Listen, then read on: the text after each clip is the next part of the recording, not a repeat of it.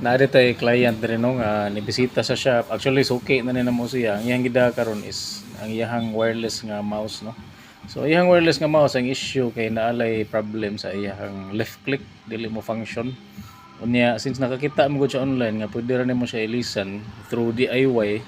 So iyang gi change no. Unya ang problem kay after changing ang issue karon sa mouse is dili mo function ang scroll.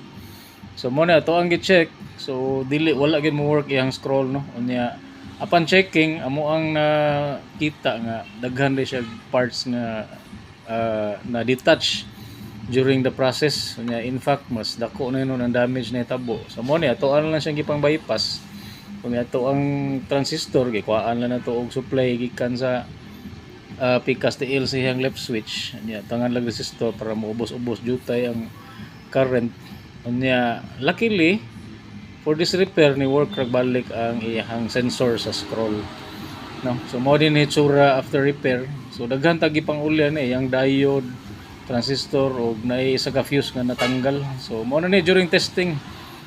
So ni work nagbalik ang iyang scroll sa mouse no. So you might be wondering anong ipa-repair pa man ni nga barato naman ang wireless mouse no. Pero kani siya nga mouse day is Logitech Anywhere. So ang price ani niya ranging na pa ni siya sa mga 2,000 plus no for this mouse kay daghan na siya special features nga gigamit ni nila for editing no, mga graphics editing. Okay, so mao na to mo repair ta og any device